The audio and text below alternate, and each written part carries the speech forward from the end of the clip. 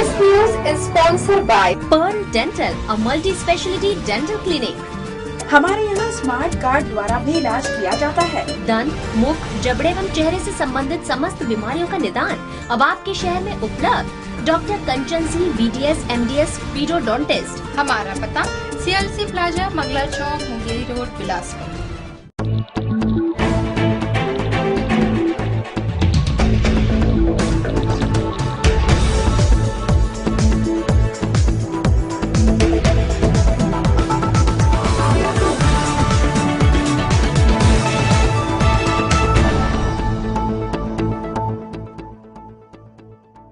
नमस्कार, city news में स्वागत है आपका। आपके आसपास की खास खबरों के साथ मैं मनीष मनसागर। आइए बुलेटिन की शुरुआत करें। सबसे पहले एक नजर आज की अहम खबरों पर।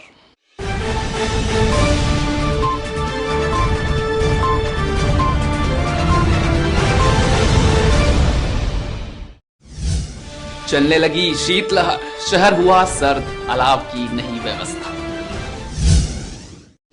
गंदगी और अव्यवस्था का रिकॉर्ड तोड़ता वार्ड क्रमांक 9, पार्षद गैर जिम्मेदार महापौर अंकित। कंप्यूटर कोर्स के अंकों को मिली प्राथमिकता, UGC का आदेश। शहर में मच्छरों का प्रकोप, हो रहा संक्रमण, निगम की फॉगिंग मशीन सिर्फ VIP वार्डों तक।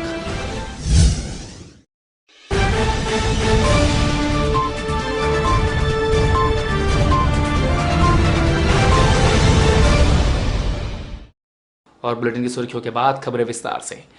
बिलासपुर पंजाबी समाज के आह्वान पर शनिवार को लायंस क्लब में रक्तदान शिविर का आयोजन किया गया, जहां जागरूकता अभियान के तहत गुरु गोविंद सिंह के 4 साहिबजादों को याद करते हुए रक्तदान महादान कार्यक्रम आयोजन की शुरुआत की गई। समाज द्वारा 100 यूनिट ब्लड का लक्ष्य रखा गया, जिसे बड़ी ही सफलतापूर्वक पार कर लिया गया। इस मौके पर बड़ी संख्या में समाज के लोगों ने अपनी मौजूदगी दर्ज कराकर कार्यक्रम को सफल बनाया। 4 साहिबजादे का शहीदी दिवस भी है। आज के दिन उनको शहीद किया गया था, तो हम लोगों ने उन्हीं से प्रेरणा ली कि जो लोग अपने समाज के लिए, अपने धर्म के लिए जीवन दान कर सकते हैं, तो क्या हम लोग ब्लड खून नहीं दे सकते क्या, जो कई लोगों के काम आएगा। उसी याद में उनको श्रद्धांजलि के रूप में हम लोग आज इस कार्य का, इस कैंप का आयोजन किए हैं। श्री गुरु गोविंद सिंह जी के 4 साहबजादे आज ही इन्हीं दिनों में उनका शहीदी दिवस है, वो शहीद हुए थे।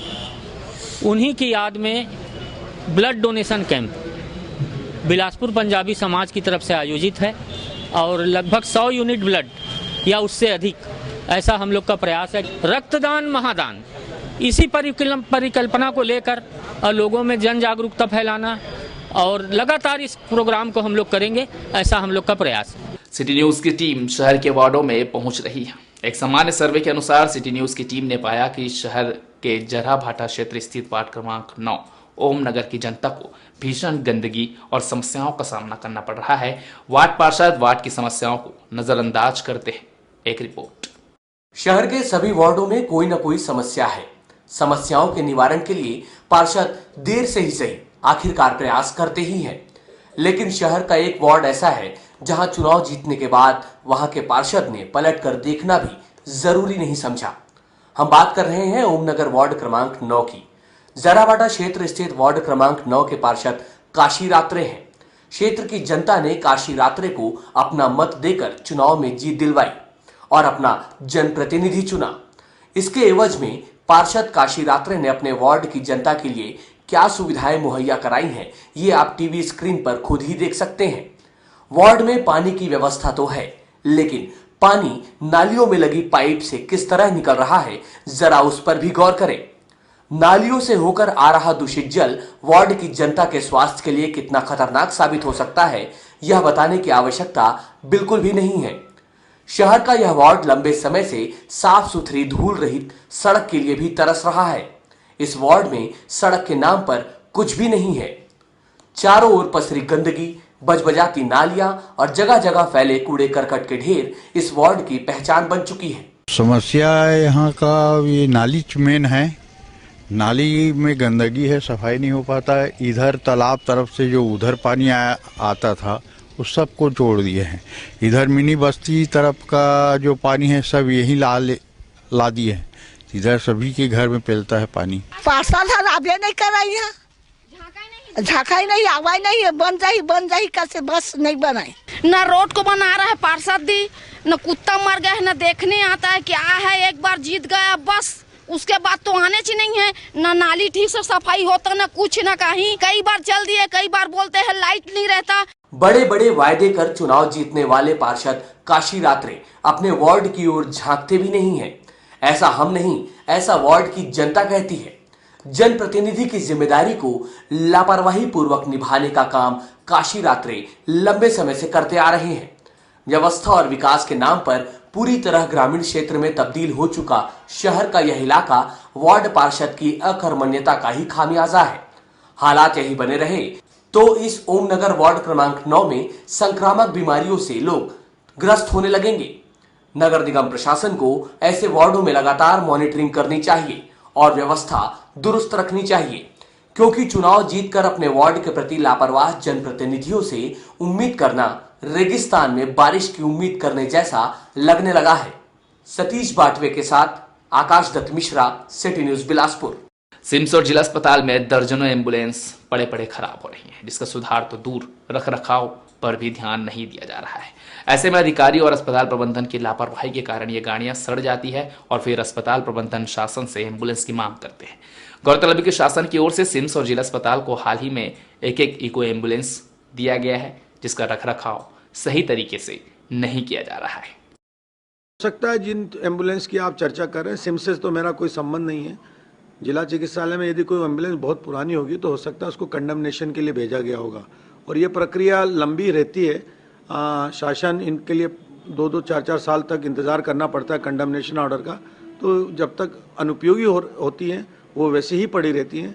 जब कंडमनेशन का आदेश शासन से होता है तब नीलामी के द्वारा उसका निराकरण कर दिया जाता है। जिले में छाई बदली के कारण कुछ दिनों से ठंड का एहसास नहीं हो रहा था, लेकिन जैसे ही बदली छटी, ठंड ने अपना कहर ढाना शुरू कर दिया। आलम यह है कि अब लोग दोपहर में भी धूप में खड़े होने मजबूर हो गए हैं और रात में तो गली मोहल्लों से लेकर चौक चौराहों तक लोगों को अलाव का सहारा लेना पड़ रहा है। शुक्रवार से शीतलहर की चपेट में आए जिले में सबसे ज्यादा ठंड रेलवे क्षेत्र सहित वनांचलों में देखने को मिल रही है, जिससे ग्रामीणों का बुरा हाल है। वहीं हर वर्ष की तरह प्रशासन और निगम की तरफ से दिए जाने वाला अलाव अब भी नदारद है। शासन कहता है कि अच्छे दिन की शुरुआत हो गई है, लेकिन बेबसी और भूख से बिलखते गरीब बच्चों के अच्छे दिन कब आएंगे ये किसी को नहीं मालूम। जी हाँ, हम बात कर रहे हैं उन बच्चों की जिन्होंने आज तक ना स्कूल में अपने पांव रखे हैं और ना ही उनके रहने खाने का कोई ठिकाना है।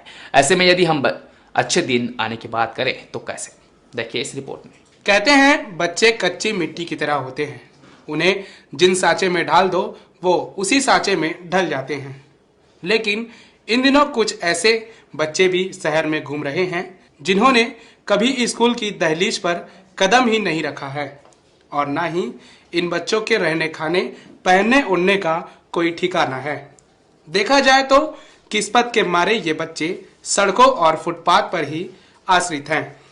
चलते चलते जहां इन बच्चों के कदमें थम जाएं, उसे ही अपना घर समझकर गुजारा कर लेते हैं। आखिर क्या है इन बच्चों की गलती जिससे खेलने कूदने के उम्र में इन नन्हे बच्चों के हाथ में कटोरा थमा दिया गया है और ये बच्चे अपने बचपन से ही मंदिर, सड़क, फुटपाथ और दर दर भटक कर भीख मांगते हैं। ऐसा नहीं है कि शासन ने इनका ख्याल नहीं रखा है, क्योंकि शासन ने ऐसे बच्चों के लिए अनाथ आश्रम, सरकारी स्कूल और कई तरह के NGO बनाए हैं, किंतु वो भी किस काम का जो सरकारी दफ्तरों में कागजी कार्रवाई बनकर रह गया है। निराश्रित बच्चे पाए जाते हैं, उनके भी जो है हम कोशिश करते हैं कि उनके जो गवर्नमेंट के विभिन्न विभागों की तरफ से इसमें योजनाएं हैं उसके माध्यम से उनका फायदा दिलाने की कोशिश की जाती है। आखिर क्या है जमीनी हकीकत जिससे ऐसे बच्चों को शासन के योजनाओं का लाभ नहीं मिल पा रहा है? क्यों ना हम इन अनाथों की बात भी सुने। मेरे को स्कूल जाने का बहुत मन है, अपना कचरा उचरा बीन के अपना पेट रोजी कमाता हूँ। मैं कचरा बीन था अपन पेट के रोजी, मोर कोई साधन वधन नहीं है, स्कूल नहीं जाओ। बहरहाल आखिर क्या होगा इन बच्चों का भविष्य? क्या इन्हें इसी तरह दर दर भटकना पड़ेगा या फिर इन्होंने गरीब घर में जन्म लेकर गलती की है। बहरहाल इन गरीबों का भविष्य अब शासन के हाथ में है, जिस ओर शासन को जागरूक होने की जरूरत है। कैमरा पर्सन भुवनेश्वर बंजारे के साथ मनोज पाल, सिटी न्यूज बिलासपुर। एक छोटे से ब्रेक के बाद जल्द हाजिर होते हैं, आप बने रहिए। न्याय की बात हो या अपराध की,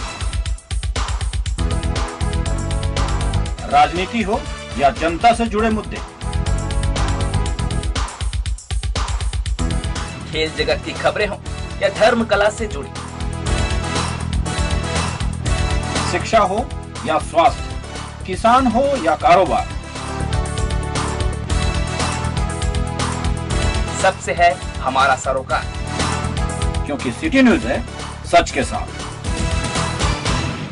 और ब्रेक के बाद स्वागत है आपका।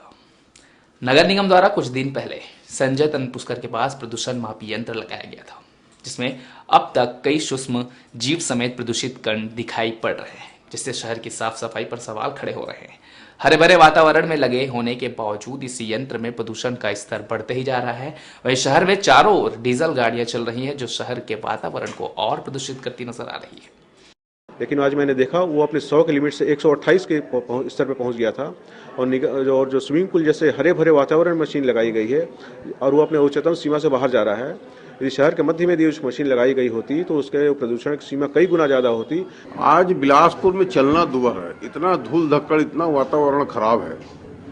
उसके अलावा अभी व्यापार विहार का देख लीजिए, जो व्यवस्था है वहाँ पूरे कचड़ों का अंबार है, वहाँ डंप किया जा रहा है और धूल का तो गुबार चारों तरफ। ऐसा लग रहा है जैसे कहीं पर बम गिर गया हो और उसका धुआं दिख रहा हो। सीबीएसई की मांग पर यूजीसी ने 3 कोर्स को मान्यता देते हुए कॉलेज और यूनिवर्सिटीज को पत्र जारी करते हुए कहा है कि एडमिशन के दौरान कंप्यूटर बेस्ड कोर्स के भी अंक जोड़े जाएं। इसके अलावा रूरल टेक्नोलॉजी कोर्स को मान्यता प्राप्त नहीं होने की लगातार उठती शिकायतों के संबंध में भी विश्वविद्यालय अनुदान आयोग ने सभी विश्वविद्यालय को आवश्यक निर्देश दिए हैं। गुरु घासीदास सेंट्रल यूनिवर्सिटी के रजिस्ट्रार मनीष श्रीवास्तव ने पत्र के संबंध में जानकारी देते हुए इसके महत्व पर प्रकाश डाला। हमारे जो कर्मचारी हैं उनका कुछ डिमांड थी, कुछ मांग थी, कार्यालय को प्राप्त हुई थी। यूजीसी उन्होंने रिमाइंडर जरूर दिया उसके बारे में और उनसे कल मेरी उनके मांगों के संबंध में करीब 2 घंटे की चर्चा भी हुई और काफ़ी मांगों से उनकी 19 सूत्री मांगे थी पूर्व में और अभी की तिथि में उन्होंने सिर्फ 7 मांगों को ही बारे में ज़्यादा एम्फेसिस किया है और वो 7 मांगों में से कुछ तो जो इमीडिएट हम कर रहे हैं, उनको आश्वासन दिया 3 दिन के अंदर उसका आदेश या उनके सर्कुलर जारी करेंगे। लेकिन ज़्यादातर जो मांगे हैं वो नीतिगत निर्णय लिए जाने हैं, उसके संबंधित है और नीतिगत निर्णय के लिए पूर्व में उन प्रकरणों को कार्यपरिषद में रखा जा चुका है। शनिवार को जिला अस्पताल में हृदय रोग जांच शिविर का आयोजन किया गया। डॉक्टरों ने जांच के लिए पहुंचे लोगों का चेकअप किया। इस दौरान भारी संख्या में लोगों ने शिविर में हिस्सा लेकर स्वास्थ्य लाभ लिया। वहीं डॉक्टरों ने हृदय रोग से बचने के तरीके लोगों को दिए। देखिए, ये जो शिविर है जैसा आपने बताया निःशुल्क है, सरकार की तरफ से है, जिसमें हम अपने हॉस्पिटल की तरफ से, रामकृष्ण केयर की तरफ से इसमें सहयोग कर रहे हैं और इसमें आज के दिन पे हृदय के रोगों को, मतलब एडल्ट और बच्चे दोनों के हृदय रोगों से जो भी संबंधित बीमारियां हैं उनकी हम जांच कर रहे हैं और उसमें जो भी उनका निदान हो सकेगा उसे पूरे करेंगे। सरकारी अस्पताल में उपचार कराने आए मरीजों को डॉक्टरों द्वारा लिखी गई जेनेरिक दवा नहीं मिल रही है। ऐसे में कई गंभीर बीमारियों की जेनेरिक दवा नहीं आने से शासन की योजना फेल होते जा रही है। वहीं सरकारी अस्पतालों को लाखों रुपए की लोकल दवा खरीदी कर मरीजों का उपचार करना पड़ रहा है। शासन ने 15 अगस्त 2014 से सभी सरकारी अस्पतालों में सिर्फ जेनेरिक दवा उपलब्ध कराने का आदेश दिया था। वहीं डॉक्टरों को भी सिर्फ जेनेरिक दवा लिखने के निर्देश दिए गए थे। शासन इन दवाओं को मरीजों के लिए निःशुल्क उपलब्ध करा रही है, लेकिन वर्तमान में कई दवाई की जेनेरिक दवा नहीं आने से मरीजों को कंपनी का दवा खरीदना पड़ रहा है। ऐसे में सिम्स अस्पताल के दवाई वितरण केंद्र में ऐसे कई दवाइयां हैं जो लोगों को उपलब्ध नहीं कराई जा रही है। क्या करेंगे, जैसे डॉक्टर बोलेंगे वैसे ही करना पड़ेगा। भाई बोले जितनी स्टॉक में रहेगी उतनी दे पाएंगे, बाकी जो नहीं है बाहर से देंगे। 5 लिखी है इसमें 1 मिली है, बाकी सब बाहर से। लोशन वगैरह भी दिए गए हैं, बाकी बोले सब बाहर से मिल जाएगा। अब बाहर से अरेंज करेंगे। और सरकारी भाई हॉस्पिटल में तो ये सब यही मिलनी चाहिए, अपने को तो पूरा व्यवस्था रहना चाहिए, लेकिन अब यहाँ नहीं हो पा रहा है तो अब आदमी बाहर से करेगा ही करेगा। गौरतलब है कि इन समस्या को दूर करने के लिए शासन करोड़ों रुपए का बजट खर्च कर रहा है ताकि लोगों को जेनरिक दवाइयां उपलब्ध कराई जा सके, लेकिन इसके बावजूद भी लोगों को एजेंसी से दवाई खरीद कर लेना पड़ रहा है। हमारे पास CGMSC गवर्नमेंट से दवाई सप्लाई है और जेनरिक दवाइयों की मात्रा पूर्ण रूप से पूरी हम लोग बांटते हैं। जो अनुपलब्ध रहती है उसको हम लोग लोकल परचेज के माध्यम से बाजार से खरीद के उपलब्ध कराते हैं। यदि डॉक्टर ने उसको लिखा कि इनको अर्जेंट है तो हम लोग बाजार से लोकल परचेज के माध्यम से क्रय करके उपलब्ध कराते हैं। शासन ने सभी मेडिकल स्टोर को जेनरिक दवा रखने का निर्देश दिया था, वहीं उसको पोस्टर दुकान में चस्पा करने के लिए निर्देश भी दिया गया था, लेकिन समय के साथ मेडिकल स्टोर में जेनरिक दवा व पोस्ट गायब होने लगा है। इसके चलते मरीजों को कंपनी की महंगी दवाइयां खरीदनी पड़ रही है। कैमरा पर्सन गुनेश्वर बंजारे के साथ मनोज पाल, सिटी न्यूज, बिलासपुर। शहर में बढ़ती आबादी और जगह जगह लगे कचरे के अंबार से यूं तो मच्छरों का पनपना लाजमी है, लेकिन निगम का रवैया इस दिशा में अब तक शून्य के समान ही नजर आ रहा है। जगह जगह लगे कचरे के अंबार और बजबजाती नालियां हमें यह संदेश तो अवश्य देती है कि निगम इस दिशा में कितनी गंभीर है। इन दिनों शहर के आसपास के इलाकों में पखवाड़े भर पहले मच्छरों के काटने से अस्पतालों में मरीजों की संख्या में भयंकर इजाफा हुआ है, लेकिन इसकी सुध अभी तक निगम के आला अधिकारियों को नहीं है। वह तो सुशासन दिवस पर स्वच्छता अभियान, डिजिटल इंडिया जैसे महत्वाकांक्षी योजनाओं की कागजी बीन बजाती नजर आ रही है, जिसकी जमीनी हकीकत तो कुछ और ही बयां कर रही है। चलिए आइए इन सारी करतूतों से हम आपको रूबरू करवाते हैं। मच्छरों की स्थिति तो क्या है, बहुत ही अत्यधिक है। यहाँ जो मशीन आती है, मतलब यहाँ से सीधा यहाँ से लेके निकलते हैं और आगे लेके निकल जाते हैं, लेकिन ये लाइन है, कई बार बोला गया भैया इधर है, नाली से क्या है, मच्छर है बहुत ही मात्रा में जो कि यहाँ से निकलते हैं, लेकिन क्या है यहाँ मतलब ध्यान नहीं दिया जा रहा है उस बात के ऊपर। मच्छर यहाँ काफ़ी ज़्यादा है और फॉगिंग मशीन तो अभी काफ़ी दिनों से यहाँ देखा नहीं हूँ। यहाँ कोयल वगैरह हम लोग ला के मच्छर भगाते हैं अपना, है ना। कोयल का एक खर्चा हमारा जरूर बढ़ गया मच्छरों के कारण। अब देखना यह होगा कि निगम आने वाले समय में इस मसले से सबक लेगी या अब भी व्यवस्थाओं की बिगुल बजाकर लोगों को गुमराह करती रहेगी। यह तो आने वाले समय में ही पता चल सकेगा। कैमरा पर्सन राहुल श्रीवास्तव के साथ Akash Dutt Mishra, city news, Bilaspur. Pre PhD भ्रष्टाचार को लेकर फजीहत झेल रहे BU प्रशासन ने मामला शांत होने के बाद अब इस मसले को विद्या परिषद और कार्य परिषद से पारित कराने की कवायद शुरू कर दी है। विद्या परिषद की आपात बैठक 28 दिसंबर को आयोजित की गई है। इस बैठक में विवादित प्री PhD और आगामी मुख्य परीक्षा समेत अन्य मुद्दों पर चर्चा कर निर्णय लिया जाएगा। इन्हीं निर्णयों को दूसरे दिन 29 दिसंबर को कार्य परिषद की बैठक में सामने रखा जाएगा। बिलासपुर विश्वविद्यालय के परीक्षा नियंत्रक UK श्रीवास्तव ने उक्त जानकारी दी। इस बुलेटिन में फिलहाल इतना ही, फिर होगी मुलाकात, तब तक दीजिए इजाजत, नमस्कार।